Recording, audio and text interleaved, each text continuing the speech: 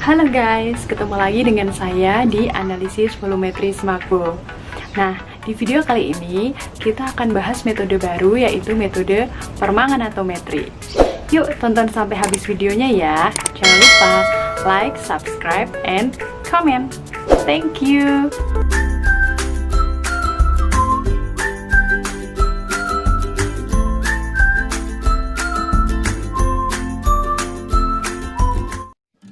Assalamualaikum warahmatullahi wabarakatuh. Ketemu lagi dengan saya. Di pertemuan kali ini kita akan bahas tentang bab terbaru yaitu metode permanganatometri. Nah, kalian pasti sudah tidak asing mendengar katanya karena di lab volumetri kita sudah praktikkan beberapa penetapan dengan menggunakan metode permanganatometri. Nah, sekarang kita akan bahas lebih lanjut bagaimana sih teori-teori tentang metode ini, begitu ya. Nah, yuk kita simak bersama-sama. Nah, sebelum kita bahas lebih lanjut, kita lihat dulu apa aja sih materi yang akan kita pelajari. Nah, dilihat dari isinya, yang pertama kita akan review pembelajaran kalian di kelas 10 tentang redox. Nah, sudah tidak asing juga ya dengan redox ya. Kemudian ada pengertian permanganatometri, kemudian penentuan BST-nya, larutan kalium permanganat, dan penentuan normalitas serta penentuan kadarnya. Nah, kurang lebih pokok bahasan yang kita bahas adalah meliputi 6 materi ini, gitu ya. Nah, kemudian agar kita lebih nyambung lagi untuk membahas redox gitu ya. Kemudian nanti kita kaitkan dengan metode permanganatometri. Yuk, alangkah baiknya kita review dulu apa sih yang kalian sudah ketahui tentang redox di kelas 10 gitu ya. Nah, kalau di sini saya akan definisikan tentang reaksi redox sebagai reaksi kimia yang melibatkan perpindahan elektron, bisa juga perubahan bilangan oksidasi, dan juga perubahan energi. Nah, jadi ingat bahwa yang namanya reaksi redox pasti melibatkan 3 hal. Nah, melibatkan 3 hal itu apa saja? Perpindahan elektron, nah, kemudian perubahan bilangan oksidasi, dan adanya perubahan energi. Begitu ya. Nah, kemudian kalau kalian sudah ingat lagi apa itu redox, nah, yuk coba kita review apa sih contoh-contoh reaksi redox dalam kehidupan sehari-hari. Nah, kalau misalkan kalian nanti punya contoh, bisa dituliskan di kolom komentar ya. Nah, di sini saya akan memberikan beberapa contoh tentang reaksi redox, begitu ya. Nah, nanti kalian bisa cocokkan. Betul nggak sih contoh yang saya berikan? Nah, kita lihat dari contoh yang pertama ya. Oke. Contoh pertama, kita punya reaksi redox dalam batu baterai. Nah, tentu saja ketika kita punya batu baterai, kalian pasti harus tahu bagaimana sih cara kerjanya si batu baterai sampai dia bisa menghasilkan energi. Gitu ya. Nanti coba dicek kembali atau di browsing deh, apa sih reaksi redox yang ada di dalam batu baterai? Siapakah yang jadi oksidatornya, siapakah yang jadi reduktornya? Gitu ya. Nah, kemudian contoh yang kedua, ada reaksi redox dalam metabolisme tubuh kita. Wow, ternyata dalam tubuh kita ada reaksi redoxnya. Kalian tahu nggak? Atau baru tahu sekarang? Nah, jadi kalian juga bisa cari ya, reaksi redox apa sih yang ada dalam tubuh kita, gitu ya. Nah, kemudian yang ketiga, ada perkaratan besi. Nah, ini mungkin contoh yang paling sering kalian lihat dalam kehidupan sehari-hari. Kira-kira kalau perkaratan besi, reaksinya antara siapa dengan siapa ya? Nah, bisa kalian tulis juga di kolom komentar ya. Nah, kemudian yang terakhir, saya berikan gambar ini. Nah, kira-kira kalian tahu nggak sih, ini gambar apa? Dan di manakah reaksi redoksnya? Oke, yang penasaran boleh sambil ditulis di kolom komentar. Tapi saya kasih clue. Reaksi redoksnya adalah di lapisan pada knalpotnya. Nah, apa hubungannya nih Bu dengan reaksi redoks gitu ya? Nah, jadi lapisan yang ada di dalam bodi motor gitu ya, sebenarnya itu adalah proses reaksi redoks atau sering kita sebut sebagai electroplating gitu ya. Nah, kok bisa sih? Iya, bisa dong gitu ya. Jadi proses melapisi suatu logam dengan logam yang lain itu memanfaatkan reaksi redoks. Nah, biar kalian tambah amazed gitu ya, reaksi redoks dalam kehidupan sehari-hari ternyata sudah dimanfaatkan dari zaman dulu gitu ya. Nah, kita simak yuk video berikut ini. Nanti kalian bisa juga mengamati di mana sih proses reaksi redoksnya dan ternyata reaksi redoks itu sangat luas gitu ya pemanfaatannya dalam kehidupan sehari-hari ya. Oke, cek di video berikut ini.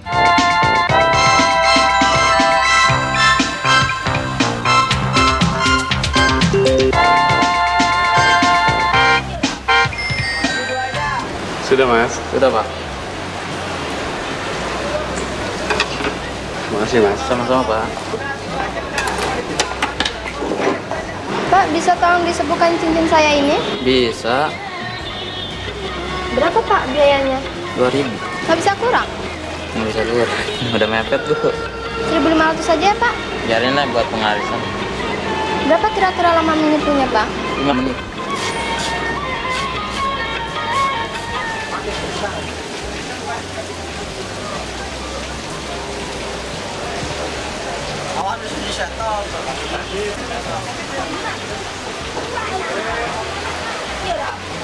Bagi dua aja.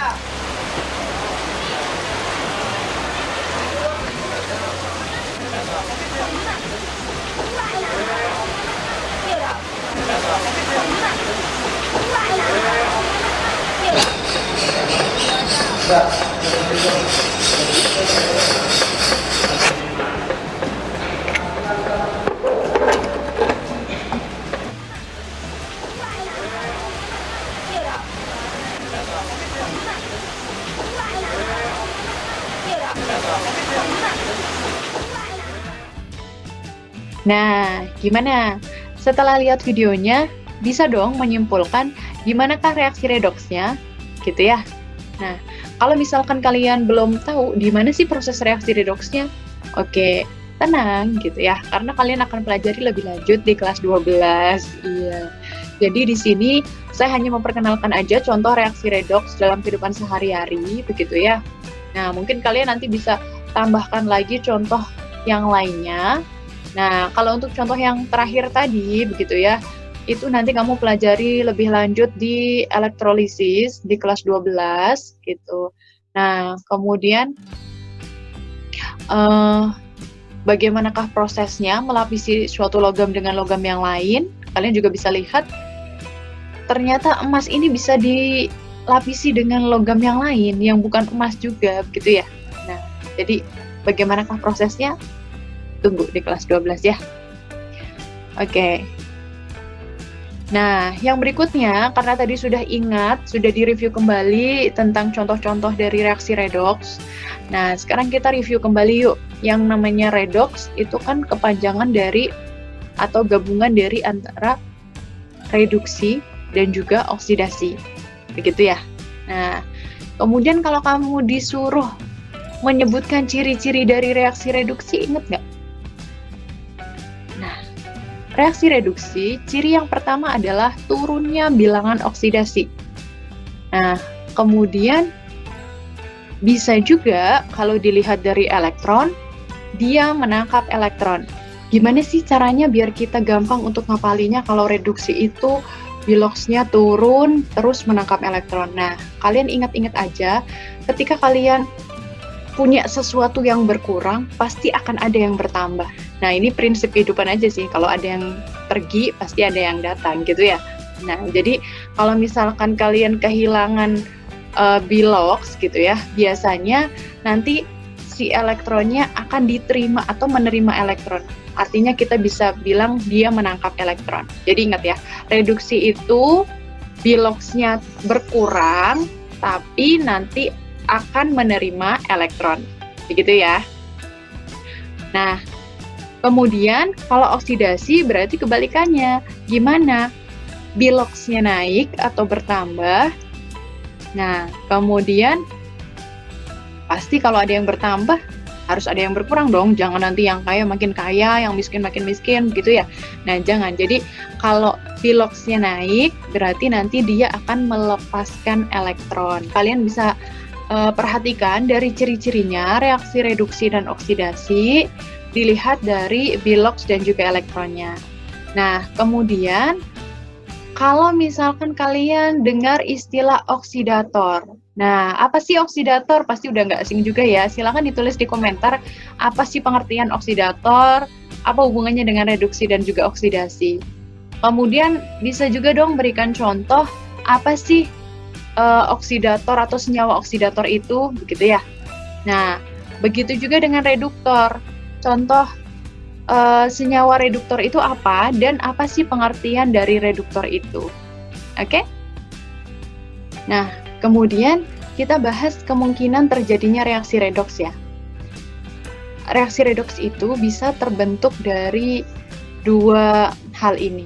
Yang pertama, atau kita bisa mengamati dari hal-hal ini.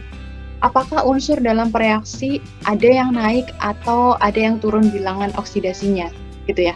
Jadi kita harus tahu cara mencari bilangan oksidasi dari suatu senyawa atau suatu unsur.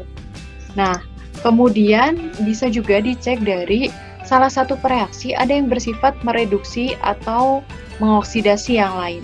Nah, biar kalian tambah paham, gimana sih kalau misalkan kalian nggak tahu cara mencari Piloxnya gimana, kemudian mana oksidator, mana reduktornya masih bingung gitu ya.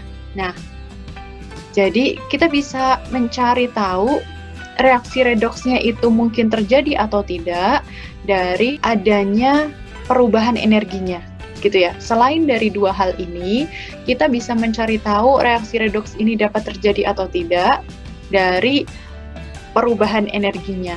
Nah, atau kita sebut sebagai potensial standar atau nilai potensialnya atau energi potensialnya.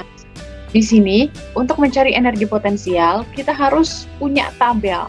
Nah, namanya tabel apa? Tabel potensial standar reduksi. Seperti apa sih tabelnya? Nah, seperti ini. Oke. Nah, gimana sih cara membaca tabelnya? Oh iya, tabel ini bisa kalian lihat di buku textbook kimia analisis karangan Underwood, gitu ya. Nah, atau kalian bisa juga searching di internet, banyak sekali. Kamu tinggal ketik aja tabel potensial standar reduksi. Kamu bisa amatin seperti ini contohnya. Nah, di tabel tadi, gimana sih cara bacanya gitu ya? Nah, namanya saja tabel potensial standar reduksi. Pasti kalau kamu perhatikan, semua yang ada di tabel ini adalah reaksi reduksi. Nah, ciri-ciri reaksi reduksi apa tadi? Kalau dilihat dari elektronnya dilepas atau ditangkap? Ya, betul. Elektronnya ditangkap, artinya ada di sebelah kiri semua. Di sebelah kiri panah semua. Begitu ya. Nah, kemudian selain diperhatikan elektronnya, apalagi sih yang harus kita perhatikan gitu ya. Nah, untuk tabel ini, kamu lihat nilainya. Enol selnya ada dari 0 sampai positif, ada juga yang dari 0 sampai negatif. Nah, artinya apa sih gitu ya. Jadi, kalian harus lihat, jika nilai enolnya semakin besar, maka sifat oksidatornya semakin kuat. Artinya, nilai yang positifnya semakin besar, dia adalah oksidator kuat. Tapi, kalau enol selnya dia semakin kecil, artinya dia bersifat reduktor. Nah, reduktornya berarti yang paling kuat adalah yang nilainya paling negatif. Nah, ciri-ciri tabel itu seperti itu. Nah, kemudian kalau kamu sudah tahu cara baca tabelnya, yuk kita coba terapkan. Bagaimana sih cara menggunakan tabel ini untuk menentukan reaksi redoksnya dapat terjadi atau tidak? Nah, saya berikan contoh berikut. Saya punya 3 senyawa yang reaksinya seperti ini. Nah, MnO4- berubah menjadi Mn2+, Cl2 berubah menjadi Cl-, Cr2O72- berubah menjadi Cr3+. Nah, kalian bisa lihat apakah enol selnya sama dengan tabel tadi, begitu ya. Nah, nanti bisa dicek kembali. Bagaimana sih cara mencari reaksi redoksnya ini dapat berlangsung atau tidak? Atau kalau dulu kamu di kelas 10, biasanya kan yang penting ada oksidator, ada reduktor, kamu tinggal bikin reaksinya aja. Tapi kita kadang suka nggak tahu, ini reaksi redoksnya dapat terjadi atau tidak ya, gitu ya. Jadi, untuk mencari energi potensial atau enol sel redoks, kita butuh rumus. Rumusnya cukup gampang dan cukup simpel. Kamu tinggal ingat saja enol reduksi ditambah enol oksidasi. Nah, mungkin kalau di luar gitu ya, banyak sekali versi rumus ini gitu ya. Kamu boleh pakai rumus yang mana saja, yang penting kamu ngerti prinsipnya itu sih kalau di saya. Nah, kalau yang saya ajarkan di sini saya menggunakan rumusnya enol reduksi ditambah enol oksidasi. Nah, gimana sih cara menggunakannya gitu ya? Nah, jadi kita harus cari tahu dulu ini energinya dapat tercapai atau tidak. Nah, contoh di sini ketika MnO4 berubah menjadi Mn2+, berarti dia mengalami reduksi ya. Kalau dia reduksi, artinya dia sebagai oksidator. Nah, karena di sini kita lihat tabelnya, karena di sini sudah tabel reduksi, maka nilainya tinggal kita pindahkan saja ke sebelah kanan. Positif 1,51 volt. Nah, kemudian karena di sini kita akan mereaksikan dengan Cl, nah, karena di sini ada reduksi, sudah ada oksidator, berarti kita butuh reduktor dong. Nah, reduktor reaksinya harus dalam posisi oksidasi. Padahal kita punyanya adalah tabel reduksi. Bagaimana caranya? Berarti kita tinggal balik, yang ada di sebelah kanan panah kita tukar ke sebelah kiri, yang ada di sebelah kiri kita tukar kembali ke sebelah kanan. Nah, sehingga reaksinya menjadi Cl- berubah menjadi Cl2. Nah, karena dia oksidasi, kalian bisa lihat di nilainya, kalau reduksi dia positif 1,36 volt, berarti kalau dia mengalami reaksi oksidasi, otomatis positifnya akan berubah jadi negatif. Sehingga kita tambahkan di sini plus negatif 1,36 volt. Sehingga kalau kita jumlahkan hasilnya adalah positif 0,15 volt. Nah, artinya apa? Kalau dia nilainya positif, maka reaksi redoksnya dapat berlangsung secara spontan. Jadi hati-hati kalau kamu ketemu antara kalium permanganat, kemudian ditambahkan dengan HCl, pasti akan terjadi reaksi redoks. Karena di sini ada oksidator, ada reduktor, kemudian energinya cukup. Nah, kemudian bagaimana sih reaksi redoks yang tidak tercapai itu? Nah, kita coba contohkan untuk reaksi berikut ini. Kita akan cari enol antara Cr2O72- menjadi Cr3+, direaksikan dengan Cl- menjadi Cl2. Nah, gimana sih cara mencari tahunya? Kalian bisa coret-coret di buku masing-masing ya. Berarti kalau nanti kalian punya Cr2O72- berubah menjadi Cl-, nah, kita tinggal lihat saja siapa yang mengalami reduksi dan siapa mengalami oksidasi. Di dalam lambang sel tadi, kita lihat reduksinya adalah Cr. Nah, nilai dari Cr 1,33. Langsung kita tuliskan aja di dalam rumusnya enol reduksi ditambah enol oksidasi. Begitu ya.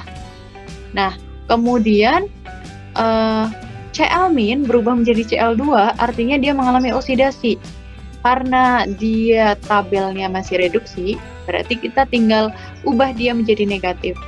Sehingga angkanya akan ketemu 1,33 volt ditambah dengan negatif 1,36 volt, dan hasilnya adalah negatif 0,06 volt. Nah, berarti apa arti negatif di sini? Artinya reaksinya tidak spontan. Jadi kalau kamu nanti ketemu kalium dikromat gitu ya, kamu satukan dengan asamnya adalah HCl gitu ya, dia tidak akan terjadi reaksi redoks karena energinya kurang begitu ya. Nah, mungkin nanti si asam kloridanya hanya sebagai pengasam saja, tidak akan terjadi reaksi redoks gitu ya. Nah, itu adalah bedanya antara reaksi kalium permanganat dengan HCl ataupun kalium dikromat dengan HCl. Jadi ternyata dari yang asamnya sama-sama HCl, bisa menghasilkan reaksi redoks yang berbeda. Satunya spontan, satunya tidak spontan. Gitu ya.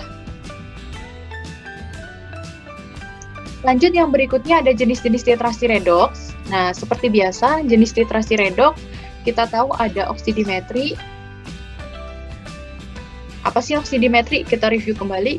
Oksidator sebagai titran atau reaksi utamanya. Nah, kemudian kalau ada oksidimetri, ada reduktometri. Apa sih reduktometri itu? Reduktor sebagai titran atau reaksi utama.